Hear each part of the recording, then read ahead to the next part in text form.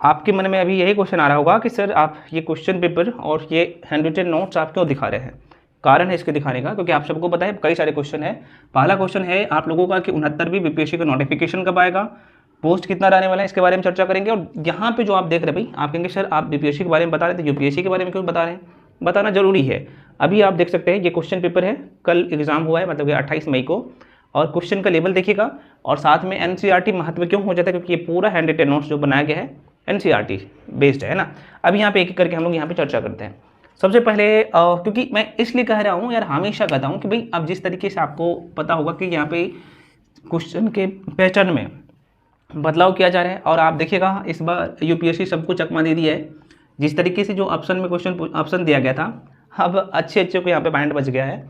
हाँ, अब क्वेश्चन को आप जवाब तभी दे सकते हैं जब आपका बेसिक अच्छा होगा, और सब बेसिक के साथ साथ आपका जो है ना यहाँ पे उस टॉपिक पे क्या होगा, तो पकड़ अच्छा होगा, तभी आप क्वेश्चन को जवाब दे सकते हैं।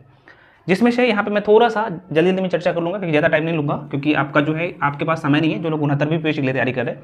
और मैं 69वीं बीपीएससी वाले के लिए आगाह कर रहा हूँ, क्योंकि आप सबको पता है जिस तरीके से इस बार 68वीं बीपीएससी का आप देखिएगा, है ना, कि भाई किस तरीके से क्वेश्चन को यहाँ पे फ्रेम किया गया था। और इस बार भी आपसे खेल सकता है आयोग, इसलिए मैं कहता हूँ कि अभी से ही तैयार रहिए और एनसीईआरटी को पढ़ना पड़ेगा किसी भी हाल में।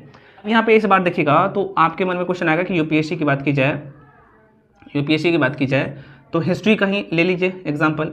तो हिस्ट्री का देखिएगा फ्रेंड्स, अभी मैं बताऊँगा सारी चीज़ें। हिस्ट्री की बात की जाए, और ये नोट्स भी बताऊँगा, दिखाऊँगा आपको सारी चीज़ें। तो हिस्ट्री की बात की जाए तो हिस्ट्री का इस बार जो क्वेश्चन पूछा गया था, आप सबको पता है कि यूपीएससी में 100 क्वेश्चन होता है, 100 में से 200 मार्क्स के होते हैं, और इसमें 1/3 नेगेटिव होता है ना। तो 100 क्वेश्चन में से 14 क्वेश्चन हिस्ट्री का क्वेश्चन पूछा गया था। 14 में से 12 क्वेश्चन डायरेक्ट मैं अपने नोट से दिखाऊंगा। और ये नोट्स जो आप सबको बताया बनाया गया है एनसीईआरटी बेस्ड है, एनसीईआरटी बेस्ड है। तो ये देखिए एनसीईआरटी कितना महत्व हो जाता है। अब यहाँ पे देखिएगा, अब इस बार एक खेल और किया है आपके साथ यूपीएससी ने। क्या खेल किया है कि इस बार जो है एंशिएंट हिस्ट्री की बात की जाए तो एंशिएंट हिस्ट्री से इस बार क्वेश्चन था 7। मेडिएवल से बात की जाए, मेडिएवल हिस्ट्री की बात की जाए तो यहाँ से, मतलब कि प्राचीन भारत है, ये मध्यकालीन है ना, तो यहाँ से क्वेश्चन की संख्या था 4। और मॉडर्न की बात की जाए, मॉडर्न हिस्ट्री की बात की जाए तो यहाँ से क्वेश्चन की, अब कहेंगे सभी लोग इससे पहले बता रहे थे भैया स्पेक्ट्रम पढ़ो, मैं भी बोल रहा हूँ, अभी भी बोल रहा हूँ, पढ़ना पड़ेगा क्योंकि आपको मेंस भी देना है। अब इस बार ऐसा नहीं है कि भाई एंशिएंट की संख्या बढ़ा दिया है, मेडिएवल की संख्या बढ़ा दिया है, मॉडर्न की संख्या कम कर दिया, तो हमेशा यही रहता है, नहीं। यूपीएससी का ये खेल ही है। बीपीएससी वाले आप लोग क्या करिए, तैयार हो जाइए, क्योंकि आपको एंशिएंट भी पढ़ना है अच्छे से, मेडिएवल भी पढ़ना है और मॉडर्न भी पढ़ना है, ठीक है। मैं आपको इसलिए बता रहा हूँ क्योंकि जिस तरीके से आप यूपीएससी आपके साथ खेल रहे हैं तो बीपीएससी वाले भी खेल सकते हैं, है। मैं आपको ये नहीं बोल रहा हूँ कि भाई मॉडर्न की संख्या कम कर दिया जाएगा। आप सबको पता है कि बीपीएससी में वही देखा जाए तो लगभग 24 से 25 क्वेश्चन के आसपास में रहता है मॉडर्न हिस्ट्री से, ये इकलौता सेक्शन है। तो मैं आपको यह भी नहीं कह रहा हूँ कि इस बार इतना क्वेश्चन रहेगा, हो सकता है कम भी हो सकता है, इसकी संख्या बढ़ भी सकता है, लेकिन आपको तीनों सेक्शन पे, अगर हिस्ट्री पढ़ रहे हैं तो आपको तीनों सेक्शन पे आपको कमांड करना है। अभी यहाँ देखिएगा, और ये अभी इस बार जिस तरीके से क्वेश्चन पेपर का लेवल था, तो ये जो है ना प्री एग्जाम में कितना रोल प्ले करेगा, जो लोग पेपर दिए उनको पता होगा। अब यहाँ पे देखिएगा, मैं आपको डायरेक्ट क्वेश्चन भी यहाँ पे बताता हूँ, कुछ क्वेश्चन मैं पढ़ के बता देता हूँ। हालांकि मेरे पास क्वेश्चन है, आपको मैं दे दूंगा टेलीग्राम पे। हालांकि आप लोग देख भी गए होंगे, एग्जाम दिए होंगे तो शायद उनको पता ही होगा, और जो लोग एग्जाम नहीं भी दिए तो भाई इसका क्वेश्चन पेपर मैं ग्रुप में डाल दूंगा। अब मैं बताऊंगा पोल साइंस के लेके भी बताऊंगा, पोल साइंस का कितना क्वेश्चन था, है ना। उसके बाद यहाँ पे ज्योग्राफी का, इकोनॉमिक्स का, है ना, तो इसके लेके भी बताऊंगा। पहले मैं आपको हिस्ट्री के बारे में बता देता हूँ। अब ये हैंड रिटन नोट्स की बात की जाए तो ये जो 7 का 7 क्वेश्चन था, 7 में से 6 क्वेश्चन डायरेक्ट इस नोट से आया है। भाई आप लोग जो लोग मेरे साथ पढ़ रहे हैं, आप जाके देख लीजिएगा, आपके पास ये नोट्स होगा, और इसका पीडीएफ भी ग्रुप में अभी भी अवेलेबल होगा। और मैं आपको बता देता हूँ, आप यहाँ पे 2 क्वेश्चन डायरेक्ट जो है, 3 क्वेश्चन बौद्ध धर्म और जैन धर्म से था, जाके देख लीजिएगा। और आसान क्वेश्चन नहीं था, क्वेश्चन को आप तभी कर सकते हैं जब उसका बेसिक नॉलेज आपके पास होगा, है ना। आप यहाँ पे देखिएगा, हालांकि नोट्स आपको दिख रहा है, विद डायग्राम है, सारी चीज़ें। हो सकता है यहाँ पे लाइट ज़्यादा है तो नहीं दिखता होगा। और ये जो पतली सी जब कॉपी देख रहे हैं, इसमें एंशिएंट और मेडिएवल दोनों है। ओरिजिनल नोट्स इसलिए है क्योंकि ये एनसीईआरटी बेस्ड है और क्वेश्चन यहीं से पूछा जा रहा है। उसके बाद मेडिएवल और एंशिएंट इसी में शामिल है। मॉडर्न का यहाँ पे थोड़ा सा मोटा कॉपी जरूर है ना, लेकिन इसमें मॉडर्न भी है और इसमें जो है वर्ल्ड हिस्ट्री का भी कुछ सेक्शन में शामिल किया हूँ। आपको थोड़ा सा क्वेश्चन भी बताने का कोशिश करता हूँ ना कि क्वेश्चन क्या क्या था, ताकि आपको एक ये आइडिया लग जाए, मैं थोड़ा सा क्वेश्चन बता देता हूँ भाई। जो यहाँ पे क्वेश्चन है मेरे पास, क्वेश्चन देखिएगा, क्वेश्चन है कि प्राचीन भारत के संदर्भ में निम्नलिखित कथनों पर विचार करना है आपको। यह स्तूप के बारे में क्वेश्चन पूछा गया था। पहला क्वेश्चन है कि स्तूप की संकल्पना मूलतः बौद्ध की संकल्पना है। अब जब तक आपको स्तूप के बारे में सही से बेसिक नॉलेज नहीं होगा, और ये बेसिक नॉलेज कहाँ पे मिलेगा, आप एनसीईआरटी जाके पढ़िएगा, वहाँ पे डिट्टो सब कुछ दिया गया है। अब देखिएगा दूसरा क्वेश्चन है कि स्तूप आमतौर पर अवशेषों का क्या है, तो ये निक्षेपागार है। अब ये क्वेश्चन पूछा गया था। तीसरा क्वेश्चन है कि बौद्ध परंपरा में स्तूप एक संकल्प अर्पित या स्मारक संरचना होती है। अब बोला रहा है कि या मतलब कि संकल्प अर्पित या स्मारक संरचना होती है। अब आपको इसके बारे में ये क्वेश्चन तभी बना सकते हैं जब इसके बारे में बेसिक नॉलेज है। अगला क्वेश्चन था यहाँ पे पतन नगर से क्वेश्चन पूछा गया था कि यहाँ पे प्राचीन दक्षिण भारत के संदर्भ में जो कोरकई था, जब मैं आपको दक्षिण भारत का इतिहास पढ़ा रहा था और डिटेल में पढ़ाया हूँ, तो वहाँ पे इसके बारे में बताया था, है ना। और ये कोरकई है, उसका यहाँ पे पुहार है, ये क्या है, तो भाई बंदरगाह था, हालांकि बहुत अच्छे से मैं बताया हूँ। अगला क्वेश्चन था आपके पास, आपसे पूछा गया था कि निम्नलिखित कथनों पर आपको विचार करना था, और कथन में ये बोला गया था होयसल हो गया, गढ़वाल हो गया, काकतई हो गया, यादव वंश हो गया। तो क्वेश्चन मिला कि ये क्वेश्चन पूछा गया था कि भाई उपयुक्त में से कितने साम्राज्य ने अपने राज्य आध 8वीं शताब्दी ईस्वी में स्थापित किया था। तो आप ये जो इसका टाइम पीरियड रटने की जरूरत नहीं है, खाली आपको थोड़ा सा ये भी पता होगा कि 8वीं सदी के आसपास में, आध 8वीं सदी के आसपास में कौन कौन से यहाँ पे शासक थे, तो आप आराम से इस क्वेश्चन को भी एलिमिनेट कर सकते थे। उसके बाद यहाँ पे साहित्य और रचनाकार से क्वेश्चन पूछा गया था, और मैं गला फाड़ फाड़ के अभी भी जाके नोट्स में मेंशन किया और बोला था कि कम से कम ये आप करके रखिए, और यहाँ से डायरेक्ट क्वेश्चन पूछे गए हैं। ये देखिए, मैं आपको ये नहीं कहता हूँ कि भाई मैं जो पढ़ा हूँ वहाँ से आया, नहीं, मेरे कहने का मतलब एनसीईआरटी, क्योंकि मैं भी पढ़ा हूँ एनसीईआरटी से, और एनसीईआरटी महत्वपूर्ण होता है, आपको पता होगा। और जैसे आपको देखिएगा तो देवी चंद्रगुप्तम जो कि बहुत महत्वपूर्ण होता है, और मैं आपको हमेशा कहता हूँ कि ये सब कम से कम, है ना, साहित्य कृति और रचनाकार का नाम याद रखिए, जो 7-8 इंपॉर्टेंट है, क्योंकि वहीं से घुमा फिर आपको क्वेश्चन हमेशा पूछे जाते हैं, और ये हॉट टॉपिक है, और यहाँ से इस बार कुछ भी क्वेश्चन पूछा गया था। हालांकि सब बताऊंगा तो बड़ी लंबा चौड़ा वीडियो हो जाएगा। उसके बाद यहाँ पे मॉडर्न हिस्ट्री में डायरेक्ट क्वेश्चन पूछा गया था, जैसे पुर्तगाली जो आए थे, तो उसके बाद गुजरात के बारे में पूछा गया था, है ना, कि भाई वहाँ के शासक कौन था, इसके बारे में चर्चा की गई थी मेडिवल में। यहाँ से डायरेक्ट क्वेश्चन देवराय प्रथम से क्वेश्चन पूछा गया था मेडिवल में, कि विजयनगर साम्राज्य के लेके क्वेश्चन पूछा गया था, तो सबसे ज़्यादा नहर का निर्माण किसने करवाया था, इस तरीके से था। तो देवराय प्रथम ने विजयनगर साम्राज्य में पढ़ाया हूँ मेडिवल हिस्ट्री में, ये सारे क्वेश्चन था। तो यहाँ पे मैं आपको बताया ना कि ये जो 14 क्वेश्चन है, 14 में से 12 क्वेश्चन यहाँ से डायरेक्ट नोट से पूछे गए। ये नोट्स आप सबको बताया कि ये कंप्लीट जो किया, ये पूरा जो नोट्स पूरे तरीके से ये बनाया गया, ये एनसीईआरटी बेस्ड है, महत्वपूर्ण इसलिए हो जाता है। और आप देख सकते हैं जिस तरीके से कटअप आप देखिएगा तो लगभग यहाँ पे 45-46 के आसपास में जाता है। मुझे लगता है कि इस साल तो और कम रहने वाला है। और ये आप देखिएगा तो 14 दूना 28 नंबर आपको यहाँ से मिल रहा है, 28 मार्क्स आपको यहाँ से मिल रहा है 14 क्वेश्चन अगर सही करें। 14 में से अगर 12 क्वेश्चन भी सही करें तो 24 नंबर आपको यहाँ से मिल जा रहा है हिस्ट्री से। अब मैं नहीं कह रहा कि हिस्ट्री पढ़ने से ही आपका सिलेक्शन हो जाएगा, लेकिन सिलेक्शन में बहुत बड़ा योगदान इसका हो जाता है, देख सकते हैं। अब पोल साइंस की बात की जाए तो पोल साइंस में पहले भी जिस तरीके से क्वेश्चन पूछे गए थे, इस बार भी वैसा ही था, लेकिन इस बार ऑप्शन में आप देखिएगा ना तो घुमा दिया था।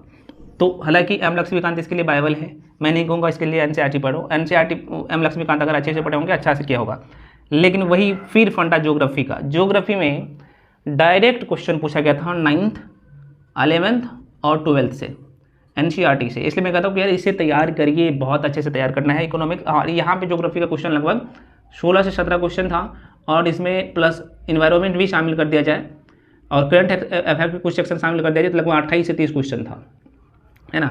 इकोनॉमिक्स का 14 से 15 क्वेश्चन, ये था यूपीएससी का नेचर। और मैं आपको हमेशा कहता हूँ कि यार एनसीईआरटी का बेस बनाओ, पीवाईक्यू करो, सिलेक्शन आपको होगा, कोई नहीं रोकेगा। अब आप कहेंगे सर चलो यूपीएससी के बारे में चर्चा कर ले, इसके बारे में एक सेपरेट वीडियो बना के दे दूँगा अगर आप लोग का डिमांड रहा तो, है ना। कि साइंस की बात करें तो बायोलॉजी का वही फंडा 12th क्लास की बायोलॉजी से लास्ट के जो 4 चैप्टर में आपको हमेशा बताता हूँ, और एनसीईआरटी से क्वेश्चन पूछा गया था। हालांकि इस बार सेल से भी क्वेश्चन पूछे गए थे, ठीक है ना। तो ये सब था सारी चीज़ें। मैं आपको इसलिए ये बताने की कोशिश किया हूँ कि भाई एनसीईआरटी पढ़ो, पढ़ना पड़ेगा। अब ज़्यादा यहाँ पे समय नहीं लूँगा क्योंकि बड़ी लंबा चौड़ा वीडियो हो गया। अब हम लोग टू दी पॉइंट बीपीएससी पे बात करते हैं कि बीपीएससी के लेके आपको क्यों एनसीईआरटी पढ़ना है।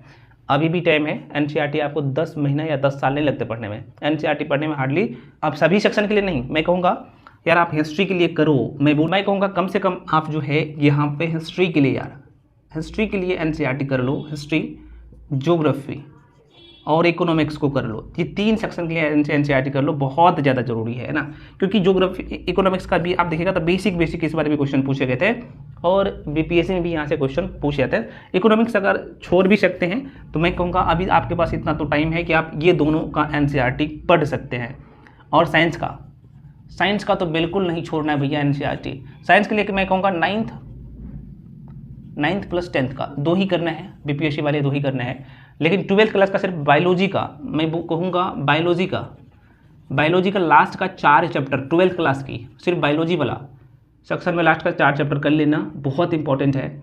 और 9th 10th ही आपको कर लेना है, ये करना पड़ेगा। इसका नोट्स बना लो, बार बार रिवीजन करो, एनसीईआरटी पढ़ो, आपका सिलेक्शन होगा। जिसका प्री नहीं निकल रहा है ना, जिसका बीपीएससी में प्री नहीं निकल रहा है मेंस तक, उसका मेंस का तैयारी है, लेकिन तो बहुत सारे स्टूडेंट का मेंस का तैयारी बहुत अच्छे से है लेकिन वो प्री नहीं निकल पा रहा है। तो यार निकल जाएगा, आप फोकस करो, है ना। ये है एनसीईआरटी जरूरी ये है। और इसका नोट्स भी यार बनाओ, नोट्स बनाने से बहुत ज़्यादा जरूरी है, क्योंकि एग्जाम टाइम में आप रिवीजन कर सकते हैं। आप ऐसा नहीं कि आप एनसीईआरटी को एक बार रीड कर लिए अब छोड़ दिए, कोई फ़ायदा नहीं मिलेगा। इसे पढ़ना पड़ेगा, इससे नोट्स बनाइए और बार बार पढ़िए, क्योंकि आपको फैक्ट साथ में बेसिक नॉलेज अच्छे से होना चाहिए, तभी आप एग्जाम में अच्छे कर सकते हैं, ठीक है। तो ये था एनसीईआरटी के लेके, मैं कहूँगा इतना कम से कम करना है। अब यहाँ पे नोटिफिकेशन के लेके 69वीं बीपीएससी के, और आपका एग्जाम आप सब हुआ था कि 30 सितंबर को है, तो आपको तो ये ध्यान रखना 30 सितंबर 2023 ये एग्जाम है, तो भाई आपको तो ये ध्यान रखना है कि मेरा एग्जाम 30 सितंबर को होने जा रहा है, कन्फर्म है। और नया कैलेंडर जारी कर दिया गया है, तो अब तो नोटिफिकेशन का क्या, नया कैलेंडर अभी जो जारी किया गया है ना, जिसमें टीचर का भी जो टीचर का जो वैकेंसी है आपको पता होगा, उसका अगस्त में एग्जाम होने जा रहा है, तो वो भी मेंशन किया। तो नया कैलेंडर में जब सब कुछ जारी कर देगा तो आप नोटिफिकेशन क्या वेट कर रहे हैं। देखिए पोस्ट की बात की जाए, हाँ ये आप लोगों का क्वेश्चन है, तो भाई मुझे लगता है कि इस बार भी पोस्ट की बात करें, मुझे लगता है कि 800 से 900 के आसपास में जो है इस बार भी पोस्ट रहने वाला है, इस बार रहने वाला है, ऐसा मुझे लग रहा है ना। जिस तरीके से आप देखिएगा चेयरमैन का रिएक्शन था पहले भी, मुझे ऐसे लग रहा है कि इसी के आसपास में रहने वाला है। देखिए आपको सिर्फ एक ही सीट चाहिए, जो भी पोस्ट आए तो भाई आपको एक सीट चाहिए, तो अच्छे से मेहनत करिए, पक्का सिलेक्शन होगा, क्योंकि भाई आपको पढ़ना पड़ेगा। एनसीईआरटी जरूरी है, मैं आपको हमेशा कहूँगा एनसीईआरटी जरूरी है, मतलब जरूरी है। कौन कौन सेक्शन के लिए और बुक लिस्ट के लिए बहुत सारे मैं वीडियो बना चुका हूँ, तो आप जाके पढ़िए, देखिए, और बुक लिस्ट वहाँ पे मैं बता दिया हूँ कौन कौन से बुक फॉलो करना है, तो भाई आप कर सकते हैं। मेरा ये वीडियो लाने का मोटिव यही था कि भाई आपको एनसीईआरटी जरूरी पढ़ना क्यों है, क्योंकि मैं आपको विद प्रूफ सब कुछ बताया हूँ, है ना। और मैं भी आप लोगों के लिए कंप्लीट पैकेज एनसीईआरटी के लेके आया हूँ, और ये क्लास शुरू है जिसमें मैं आपको अभी बायोलॉजी कंप्लीट करवा दिया हूँ, है ना, एनसीईआरटी से।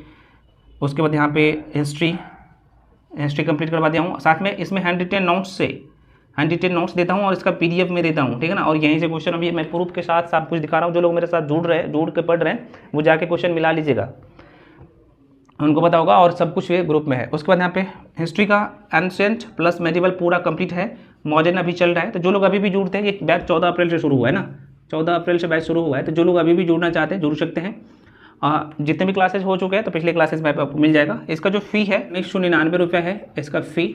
इसमें आपको मिलेगा क्या क्या, तो अच्छा जो भी जानकारी लेना है यहाँ पे नंबर देता हूँ, उसके बाद मिलेगा क्या क्या अभी मैं बताता हूँ, है ना। तो जो भी जानकारी लेना है आपको इस नंबर पे 9341766130 पे कॉल करके इन्फॉर्मेशन ले सकते हैं। पेमेंट आपको 7319924130 इस नंबर पे पेमेंट करना है, और ऊपर वाला नंबर पे उसका स्क्रीनशॉट करके भेजना है। उसके बाद मैं आपको ऐड कर दूंगा, क्लास वहीं पे मिलेगा, ठीक है। हालांकि यहाँ पे लगा भी दिया हूँ। जो भी क्लास है आपका छूट गया है, जैसे मान लीजिए मैं बायोलॉजी पूरा कंप्लीट करवा चुका हूँ, मेडिवल पूरा कंप्लीट है, तो वो सभी का आपको वीडियो का लिंक मिल जाएगा। तो आप जैसे क्लिक करिएगा तो आपको प्लेलिस्ट दिख जाएगा, उसका पीडीएफ दिख जाएगा, ठीक है।